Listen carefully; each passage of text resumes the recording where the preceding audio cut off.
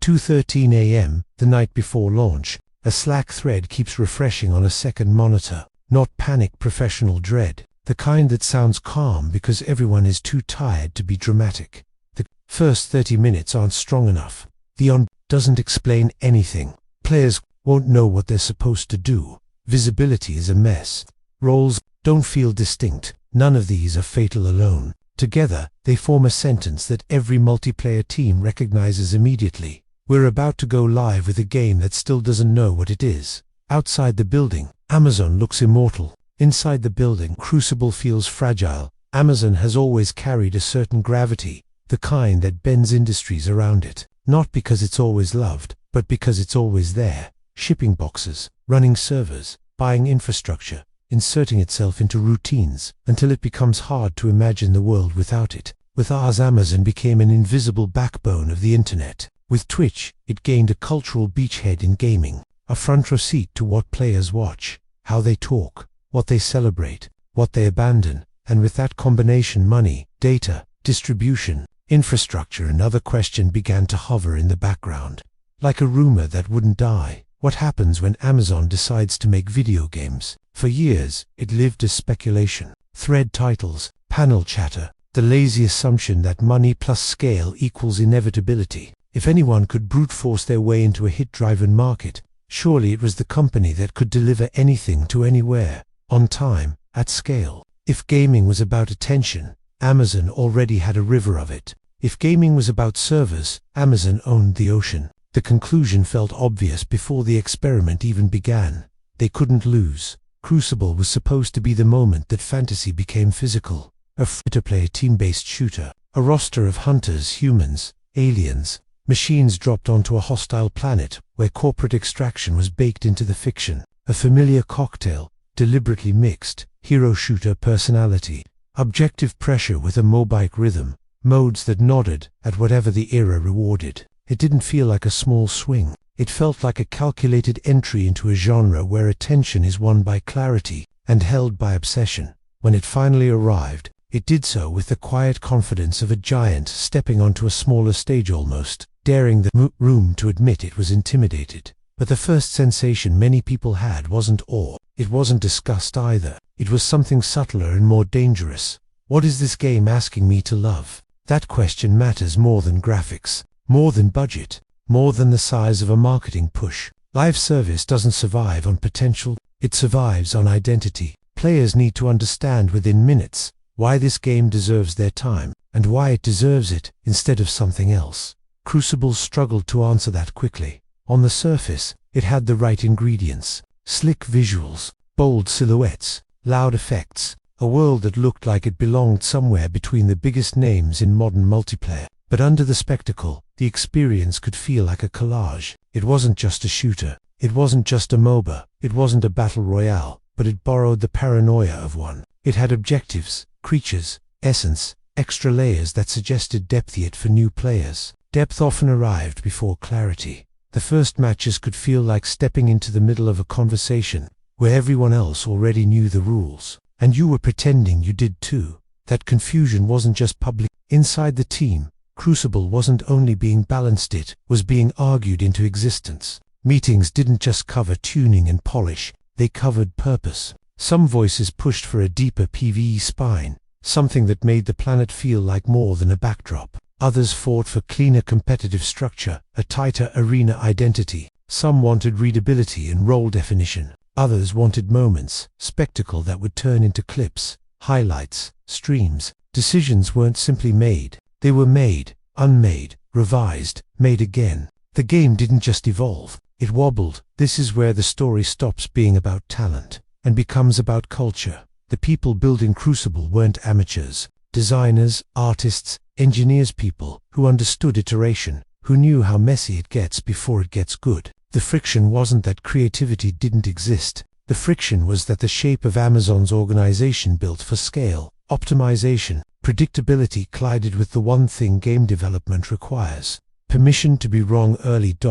Game development is chaos with a purpose. You prototype, you fail fast, you throw out work, you discover the fun late and rebuild around it. You make decisions based on something hard to quantify, hard to defend in a document. hard to prove before players ever touch it. Large corporate systems tend to want the opposite. They want pillars, alignment, measurable outcomes, decisions that survive layers of review, a culture trained to treat ambiguity as a problem to be eliminated, not a phase to live in. So Crucible lived at the intersection of two kinds of logic: the game logic, find the fun, then protect it; the corporate logic, define the fun, then execute it. That difference sounds small until it starts eating months. In a game studio, you can lock a room, run a messy play, and come out with a hard truth: this isn't working, kill it. In a giant organization, killing a feature isn't just a creative decision, it's a political one. It implies waste, it creates questions, it disrupts time, it needs justification. So instead of a clean cut, you get something softer: revisions, pivots, compromises. A feature becomes a version of itself, then an iteration, then a future improvement. You don't delete it, you sand it down until it fits. That's how a game starts to feel like it was assembled from the outside in, not built from a core fantasy, but patched together from things the genre expects. A familiar mode structure because competitors have won, a layer of progression because the market punishes emptiness, systems added for completeness rather than coherence. The result can look finished while still feeling unsure of itself, because completeness is not the same thing as identity. And while all this is happening internally, pressure grows externally in its own quiet way. Crucible didn't have the luxury of being pretty good.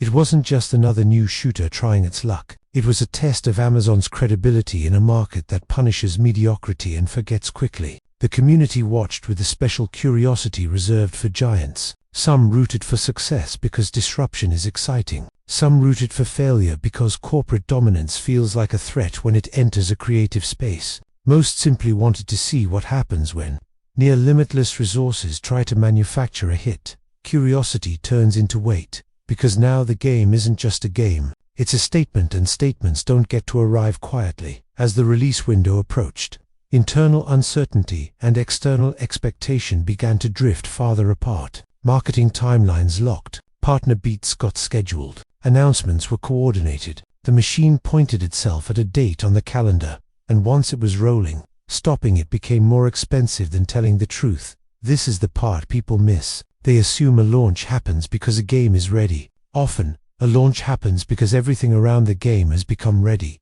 the plan, the pipeline, the commitments, the calendar. And once those things are ready, the game is expected to catch up. So the team did what teams always do. They sprinted. They tightened the tutorial. They tweaked match pacing. They tried to clarify objectives. They tuned combat readability. They rebalanced roles. They rewrote they reworked UI. They polished the edges and hoped the center would hold. They did the frantic, deeply human thing developers do when time runs out. They tried to squeeze coherence out of a shape that was still shifting, because they knew the truth of live service better than anyone. First impressions aren't important. They're permanent. A single-player game can recover. Reviews shift. Patches repair. Word of mouth evolves. A live service game is a party. If people show up and the music is off, they leave. And they don't come back because later you fixed the speakers. They already found another party. In the final stretch, the warnings weren't about one catastrophic bug. They were about a pattern. The game wasn't forming a stable identity fast enough. The onboarding didn't teach the fantasy that early matches didn't sell the why. Visibility and pacing made learning feel like punishment. Roles didn't separate cleanly, so success felt hard to understand. And worse than any single flaw was the lingering impression that Crucible existed between audiences, between intentions, between genres, between trends that is lethal in this marketplace, because the games it would inevitably be compared to weren't just good, they were clear. You could describe them in one sentence, and that sentence felt true after 10 minutes of play. Crucible was harder to describe cleanly, and if you can't sell the identity, the ecosystem Amazon imagined never gets a chance to exist. The closer the countdown got, the more the studio seemed to split into two parallel realities. Externally, trailers, confidence, the clean narrative of a titan entering the arena. Internally, late nights, anxious checklists, the same questions returning in different costumes. And then there was that one image, the kind only developers use when they don't want to say the quiet part out loud. One person reportedly described it like this: boarding a plane you built yourself, and not being completely sure the wings were attached. Whether the sentence was said exactly like that almost doesn't matter. The feeling does. Every developer recognizes it. That moment when you realize effort is not the same thing as readiness, and momentum is not the same thing as conviction, because Amazon, a company that has trained the world to expect inevitability, was stepping into the one arena where strength on paper means nothing. If the heart of the game hasn't found itself, the final hours before release felt suspended, a breath held too long. Some hoped for a miracle, some feared disaster, most simply braced for impact. As the launch clock moved towards zero, the truth settled into an uneasy silence across the studio. They were moving forward not because the game was ready, but because there was no longer a way to move back. That is the quiet hinge where this story swings away from corporate confidence and into something far more revealing. The store page went live, the streams went up, players poured in, first impressions formed instantly, and they spread faster than any marketing plan ever could. What happens when a company that never loses launches something that might already be slipping away? No one had to wait long to find out. The story had begun, and the first cracks were already spreading. They say every game begins twice, once as a dream, and once as a build that has to survive contact with human hands. Crucible had a myth inside Amazon long before it had a stable loop. People talked about it with the strange certainty reserved for things that feel inevitable. Like a house you haven't bought yet but already know where the couch will go, where the sunlight will hit, where guests will stand and admire the architecture. That kind of certainty is intoxicating. It also carries a quiet poison. It can make you treat identity like something you'll solve later, after the machine is already moving. Inside the studio, the early months looked like the beginning of any ambitious game. Whiteboards filled up in layers, arrows, loops, roll triangles, economy charts, lists of verbs, hunt, chase, disrupt, escape written in thick marker, as if the words themselves could force coherence into existence. A wall of character silhouettes kept multiplying, bold shapes, different movement kits, different flavors, different fantasies. People argued the way teams argue when faith still outweighs fear, and yet even in those early days, there was a question nobody could answer without reaching for a second sentence. What is Crucible? Not what genre labels could we attach to it, but what is it emotionally? What is it asking players to feel? What is it promising in the first 10 minutes that makes them stay for the next 10 hours? Everyone knew the ingredients: team-based shooting, objective play with a mobile spine, PvPvE atmosphere, live service scaffolding hanging over everything. But knowing ingredients isn't understanding the recipe. Crucible didn't lack ideas. It lacked a single, shared thesis strong enough to kill competing ideas. And that matters because in development, every choice is an argument about identity, whether you admit it or not. A systems designer, one of the people obsessed with the planet, feeling alive, kept pitching the same line in different forms. The world has to matter. The creatures can't be background noise. The objectives have to feel like you're hunting something real, not just rotating through chores. If we get the ecosystem right, the game will have its own DNA, a competitive lead, someone who'd spent years thinking in readability, and roles kept pushing back. If you can't explain what you're doing and why it matters in one match, you don't have a live service shooter, you have a beautiful fog. Roles have to be distinct. Wins have to be legible. The game needs an identity players can repeat to each other without stumbling. A producer caught between the build and everything orbiting the build kept translating both sides into the language of milestones. We need to lock pillars. We need to stop relitigating fundamentals. We need decisions that survive the next meeting. None of these people were wrong. That was the problem. Because when multiple truths compete, the project doesn't implode. It slows. It becomes a negotiation that never finishes. It becomes a game that can always be improved, because it still isn't sure what improved means. In a normal studio, uncertainty can be a productive kind of violence. You prototype, you fail early, you cut ruthlessly, you let the fun tell you what the game is. Crucible did prototype, and it did fail, but it didn't always fail cleanly. Too often failure didn't end an idea, it merely delayed it. Ideas didn't die, they circulated. Decisions didn't harden, they softened. Meetings didn't narrow focus, they multiplied perspectives. You could feel it in the daily rhythm. A feature discussion didn't just ask, how should this work? It asked, Which Crucible does this belong to? And when the answer to that is unstable, everything downstream becomes unstable too. There's a particular kind of exhaustion that comes from building systems on shifting ground. A designer prototypes a mode that feels sharp and competitive, clean objectives, clear win conditions, readable pacing. Playtests go well. People leave the room buzzing. Someone says, without thinking, that's the game. For a few hours, it feels true. Then another meeting happens. The center of gravity shifts. Suddenly the same mode is too competitive, or not unique enough, or not living planet enough. It needs PvE pressure. It needs environmental chaos. It needs a twist that will create streamer moments. The designer goes back to the mode and starts bolting on new requirements that pull the loop in a different direction. The mode survives, but it becomes less itself. That pattern repeats until the team stops celebrating prototypes and starts treating them like temporary weather. Enjoy the sunshine. It will change by tomorrow. There were genuine moments when Crucible felt like it cracked open. Not fine, not serviceable, but special. You could map the emotional graph. Early tension, mid-match chaos. A clutch moment where roles finally made sense. A finish that didn't feel random. In those playtests, people didn't talk like employees. They talked like players. Then the next build would arrive and something would be off. A clarity improvement would blunt the thrill. A pacing adjustment would turn intensity into mush. A new system added to increase depth would increase confusion instead. Crucible kept changing shape like a puzzle that rearranged itself every time someone got close.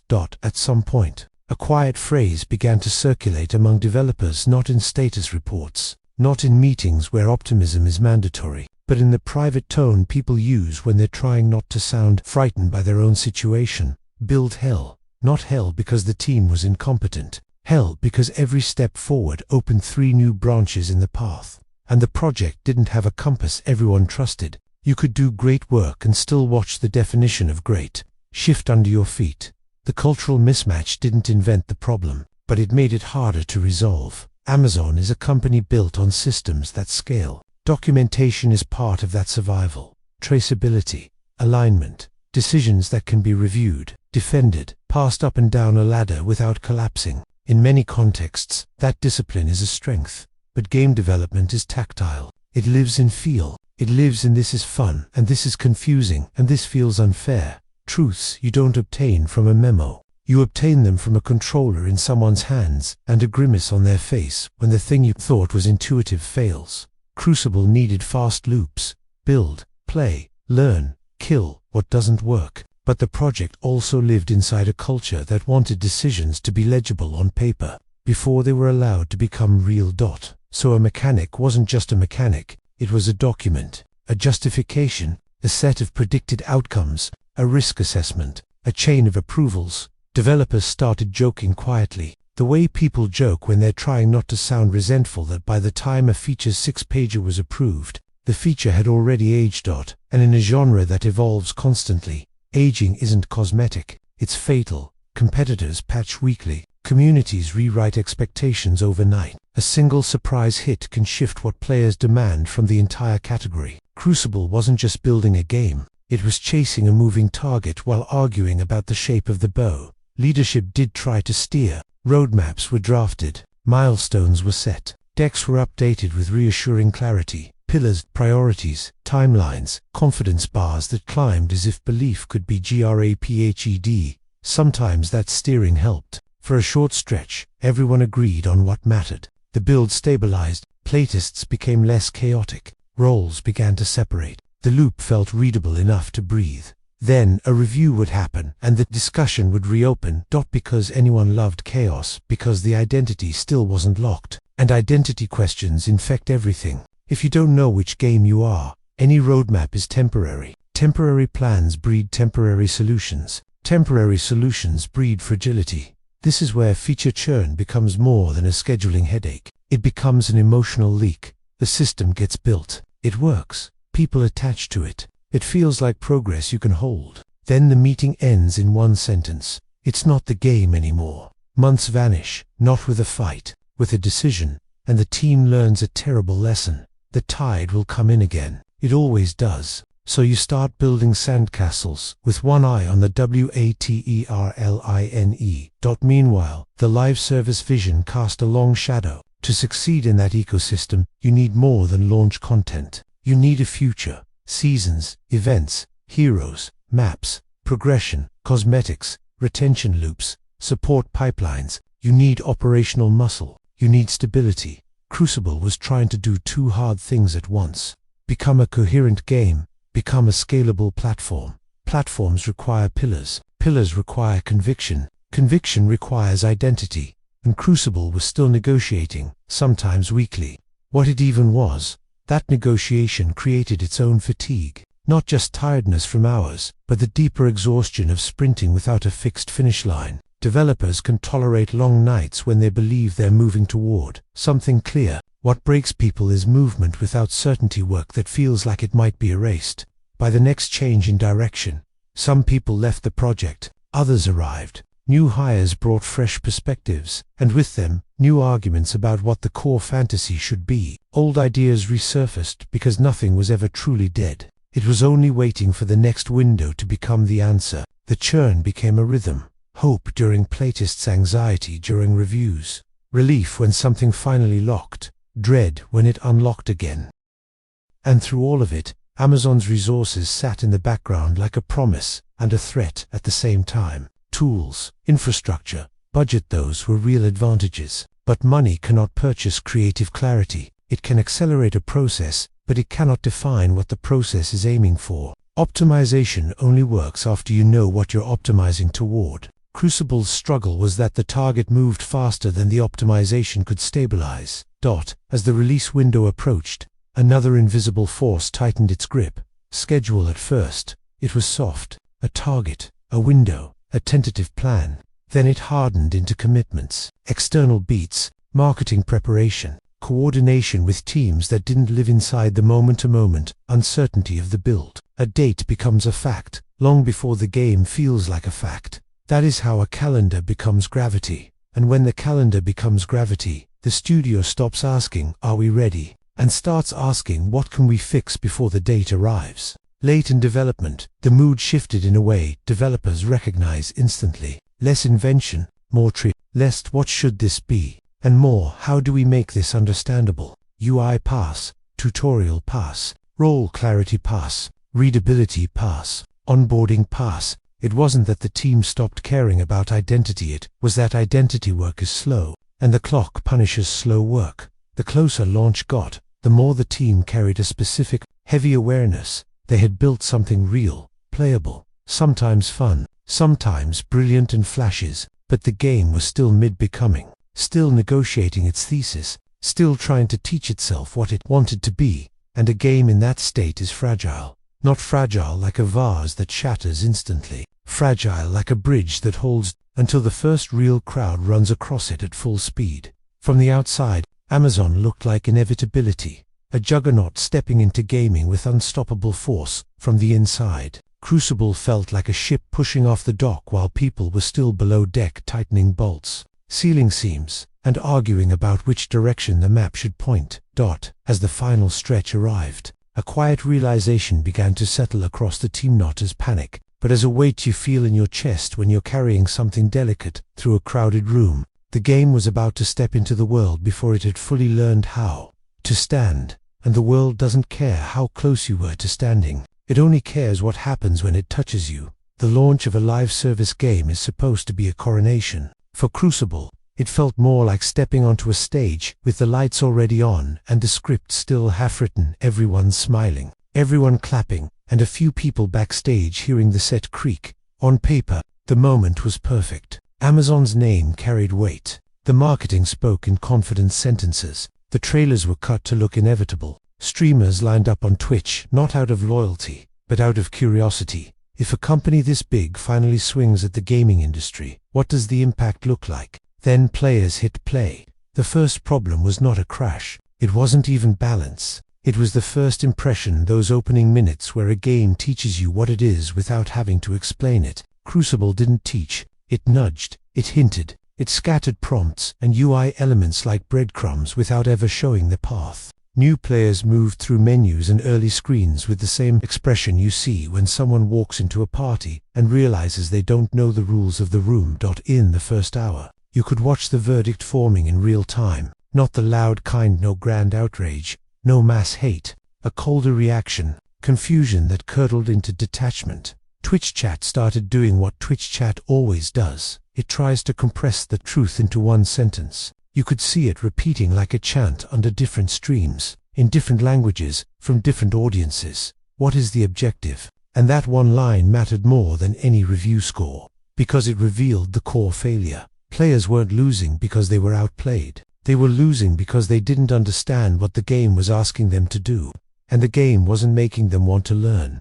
Matches began. Teams loaded in. Heroes spawned with big personalities and strong silhouettes, abilities that looked like they should feel decisive. But once the fighting started, the experience often became a blur of unclear priorities. Creatures appeared, objectives rotated, visual effects stacked. Damage feedback didn't always explain why you died so fast, or why an enemy seemed to erase you in a second. The world was alive. Yes, but it was alive in a way that competed with the player's ability to read the situation.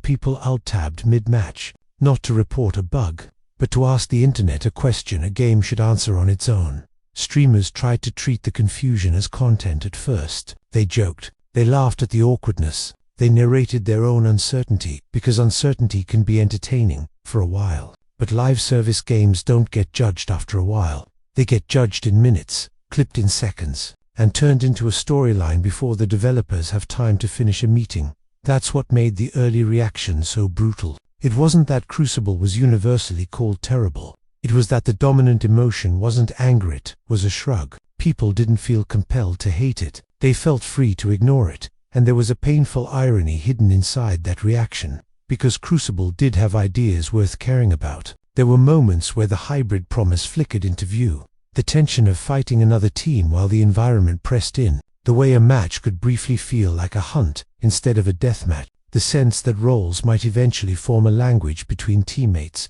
The bones of something distinctive were there. But players don't excavate potential when the surface experience doesn't earn trust. They don't wait for it to get good. When there are 10 other games that feel clearer in the first 10 minutes, so impressions started circling the same diagnosis, again and again, from different corners of the audience, almost eerily consistent. It feels unfinished. It feels like a beta. It doesn't know what it wants to be. That last one was the dagger, because it wasn't a missing feature. It was a missing center. And you can patch numbers, you can patch bugs, you can even patch content. You do not patch identity quickly, especially not after a live service. Launch has already trained the crowd to look away. Inside the studio, this part is the hardest to explain to anyone who hasn't lived it. Watching your fear become public knowledge in real time. Developers expect criticism. They prepare for it. But there's a difference between criticism and dismissal. Criticism implies players are still engaged enough to care. Dismissal is quiet. It happens when a streamer says, "I don't get it," and moves on to the next game without even raising their voice. Then came the move that, to outsiders, looked almost unthinkable. Amazon pulled Crucible back. Not a big patch. Not a "we'll fix it" in Season 1. Not a redesign announced with swagger. A reversal. A step backward into closed beta and admission, in structural form. That the first impression had gone wrong and the team needed time it no longer had. From the outside, headlines treated it like embarrassment. From the inside, it felt like brutal honesty finally catching up with the calendar. The game needed focus. It needed clarity. It needed the first match to explain itself. And to do that, the team had to cut away everything that made the experience harder to read.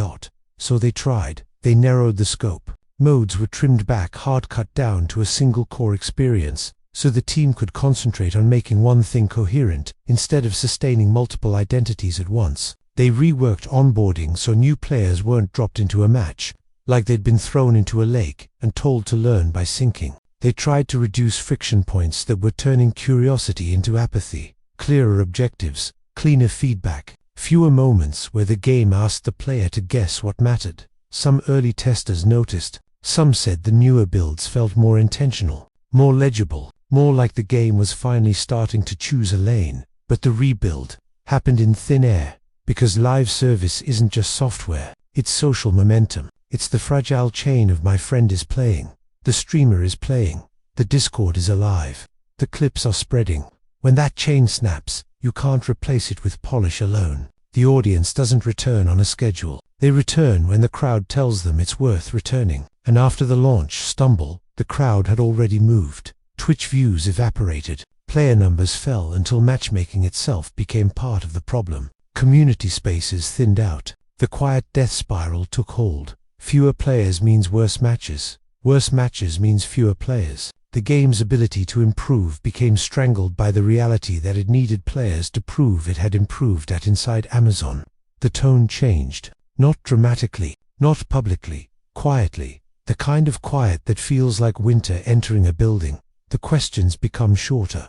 The meetings become colder. The optimism becomes careful. Is the rebuild worth the cost? Can momentum be regained? How long do we keep feeding a game the world has already stopped watching? There were people who argued to keep pushing. There always are. Developers don't fall in love with spreadsheets. They fall in love with the version of the game they can still see in their heads.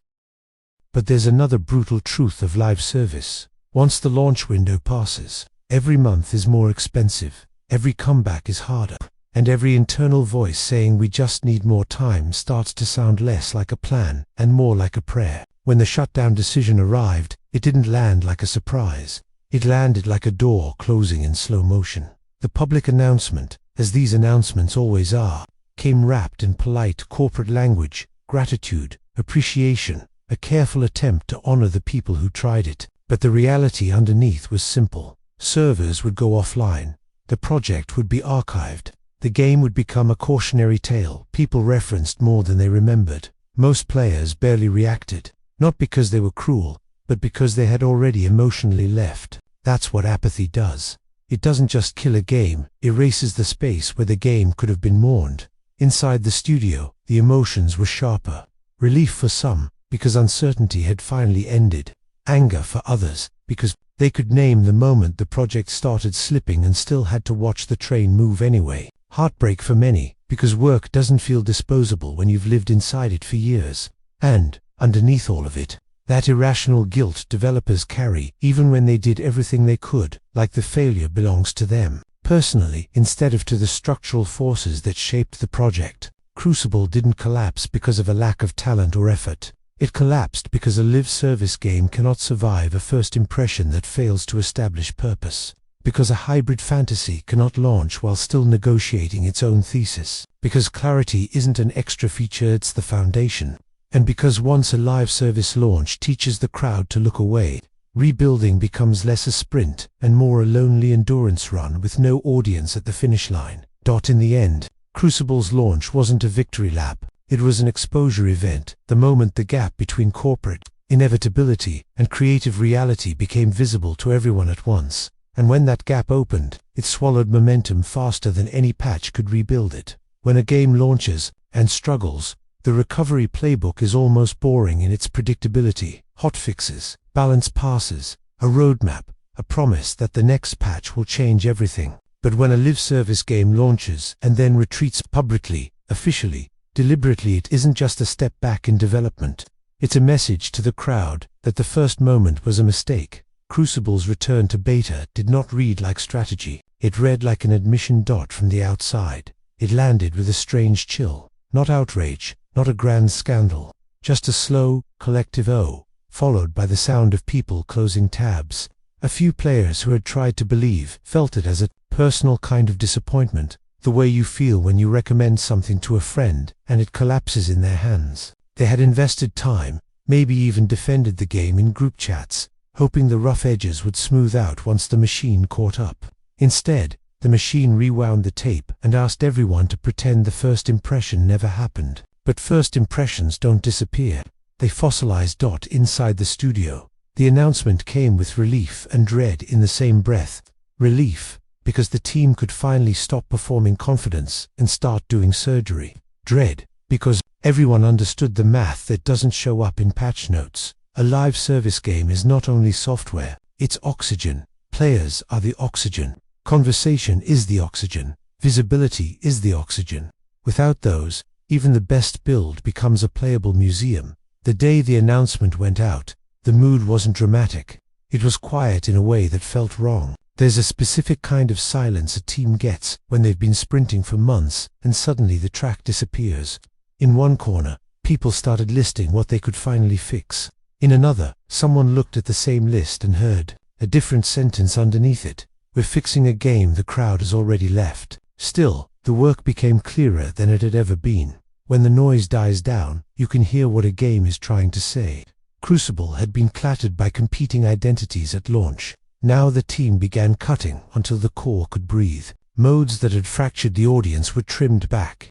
The experience tightened into one central loop that could be explained, taught, and repeated. Roles were reworked, so they didn't just look different, they felt different. Combat readability improved so deaths weren't mysteries. Objectives became less like rotating trivia and more like a reason to move, a reason to fight, a reason to coordinate. In internal playtests, you could feel the difference immediately. Matches stopped feeling like a blur of systems colliding and started feeling like a shape. Players came out of games arguing about choices, not about rules. That might sound small, but it was everything. A player debating strategy is a player who understands the game. For a moment, it looked like the story might bend, but the world outside the studio wasn't waiting. Launch day had brought visibility streams filling directories, viewers hovering with curiosity, clips spreading faster than context. After the retreat, the numbers didn't just drop, they emptied, not because the game became worse, but because the social chain that feeds multiplayer launches had snapped at its weakest link. Friends weren't pulling friends in anymore. Creators weren't building content around it anymore. Community spaces didn't have enough people to feel alive. And a multiplayer game without a living community doesn't feel like a world. It feels like a hallway. The label arrived quietly and stuck the way stains do. Dead game. And once that label attaches, it doesn't behave like criticism. It behaves like gravity. It pulls attention away. It makes every improvement invisible by default. Even people who might have loved a better Crucible never learn that it exists, because the crowd moved on and took the spotlight with it. Inside Amazon, the story reduced itself to charts, logins, match completions, retention curves, engagement, lines that didn't spike when changes shipped the way they were supposed to. Metrics don't have empathy, they have direction, and the direction kept pointing down, faster than the rebuild could climb. In most industries, time is the one thing Amazon can buy. More servers, more headcount, more runway. But in live service games, time is a resource with a different price tag. You can fund development for another month. You cannot purchase the crowd's curiosity back once it's spent elsewhere. You can ship improvements. You cannot ship cultural momentum as a patch. That's where the tone changed. Not with an explosion. With a temperature drop, the meetings got shorter. The questions got sharper. Fixing the game stopped being the only topic. The conversations started to fork into a new category, one the team could hear, even when nobody said it out loud. If we keep funding this, if players return, if the rebuild lands, if we transition people, the industry has a language for endings, and if is one of its first syllables. Developers kept working because developers always do. They kept tightening, trimming, clarifying, trying to build the version of Crucible that should have been the first handshake. Some described it later as the most painful paradox of the project. The game got better when fewer people cared. The build became stronger in the exact season the world stopped watching. And then the inevitable question at the top stopped being, how do we fix it? And became, should we keep trying? Once a project enters that question, it rarely escapes. Rumors didn't arrive as gossip. They arrived as signals. Roadmaps that used to stretch into the future suddenly ended in blank space. Discussions shifted from features to staffing. Resource conversations grew more frequent than design conversations. People who used to talk in verbs, iterate, tune, test, started talking in nouns, allocation, runway, priorities, transitions. When the decision finally came, it didn't feel like a twist. It felt like the last page of a document you'd been reading for weeks. Crucible would not return publicly. The announcement came wrapped in careful language, gratitude, appreciation, thanks for the support. It tried to be gentle, but nothing gentle can hide what a shutdown is in practice. Servers go dark, communities dissolve, work becomes archive, and the thing you spent years building becomes a story people reference more than they remember. Outside, most players barely reacted. Not out of cruelty, out of distance. They'd already left emotionally. That's what makes indifference so lethal. A game can survive anger because anger proves attention. A game can survive disappointment because disappointment implies hope. Indifference is absence. And absence is the one thing a live-service world cannot outpatch. Inside the studio, the feelings were louder, even if people weren't. Relief, for some, because uncertainty ended. Anger, for others, because they could. Name the moment the project started slipping and still had to watch the calendar drive the train. Heartbreak, for many, because labor doesn't feel disposable when you've lived inside it for years. And underneath, that irrational guilt creators carry even when they did everything they could, like the failure belongs to them personally, instead of to a system that never gave the game stable ground early enough. Crucible didn't die because nobody tried. It died because it stepped into the world while still negotiating its thesis. And the crowd is merciless toward games that ask for patience without first earning trust.